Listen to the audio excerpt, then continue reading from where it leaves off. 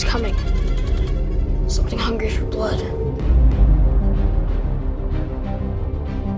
That's about all you can say. That was a rough ride to the finish for everybody.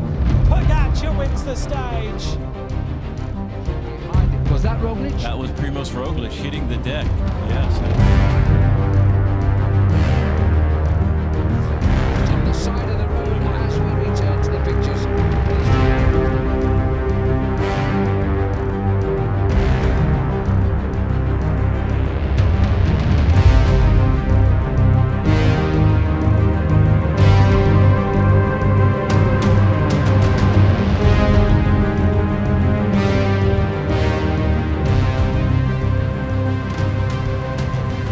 Each year I like to throw out my podium predictions before the Tour de France starts, just as like a fun game. And I have high hopes that you guys will be interested in joining in and dropping your predictions down in the comments below this video. At the end of the tour, I'll review all of those comments and I'll pick about 10 that did, amazing, making me look bad. And I can mail you guys some of these really fun swim, bike, run, rinse, repeat stickers. The race starts this Friday, July 1st.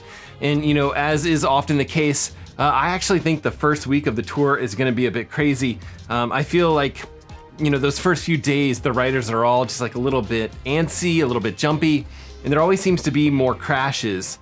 On the second stage, there's an 18-kilometer bridge called the Great Belt Bridge that'll be extremely windy. So I'd expect some cool team tactics to maybe play a part in trying to, break up the peloton early in the tour this year. Stage 5 has some cobbles. It's like the Paris-Roubaix cobbles. So I'm really excited to watch that. I'm really excited to watch the first week. I will say at the same time, I really don't like watching crashes. I don't know, it just freaks me out a little bit. But the second week might be, even better. The 12th stage has a ton of climbing. I think they're finishing up the Alpe d'Huez on that one. And maybe at that point, we'll start to have an idea on who might be some of the top athletes at the tour. But, people always crack in that last week of the tour, so no matter what, it'll be, I think, really fun to watch all the way through till the end. The last week has 2 brutal stages in the Pyrenees and then a final 40-kilometer individual time trial. So, my picks this particular year are actually kind of boring. I went a little bit more crazy last year, but my most interesting pick might be my 3rd place pick. And I'm putting Garen Thomas here. G is 36 years old, and I think he's a long shot for making the podium. But I've got him here anyway because, I don't know, I like him. I think he's a cool guy. I think he kind of is very supportive of his team. He did recently win the Tour de Suisse. And then, of course, he's won the entire tour before. I think he's a solid climber. Definitely has some solid time trialing skills that'll serve him well in this year's tour. And then I'm picking Jonas Vingego for 2nd place. I think he'll end up having a good 3rd week. And I think he'll be, at the top of a very, very impressive Jumbo-Visma team. And of course, surprising no one, Tare Pogacha, this would be his 3rd Tour de France victory.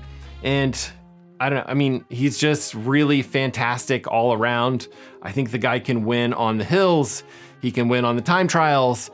I think he could even win in some of those situations where it's a sprint after, a very reduced bunch. If he stays healthy during that first week, I do think that he might be able to dominate this tour, maybe even more dominant than he was last year, which is, pretty scary. But, anything can happen on any given stage, and that's what makes this race so amazing to watch. It might also be interesting to see if COVID plays a role at this year's tour. Pogacha's teammate, Matteo Trentin, recently tested positive and won't be starting the tour. But I actually wonder if COVID might be, even more of an effect in the race throughout those 3 weeks. Let me know your thoughts. Are you guys excited about this year's tour? I am. I'm really excited to, wake up early in the morning, grab a cup of coffee, and just chill out and watch some bike racing over the next 3 weeks. Either way, be sure to get out there, swim, bike, run, rinse, and repeat it all over again. And we will see you guys on the next one.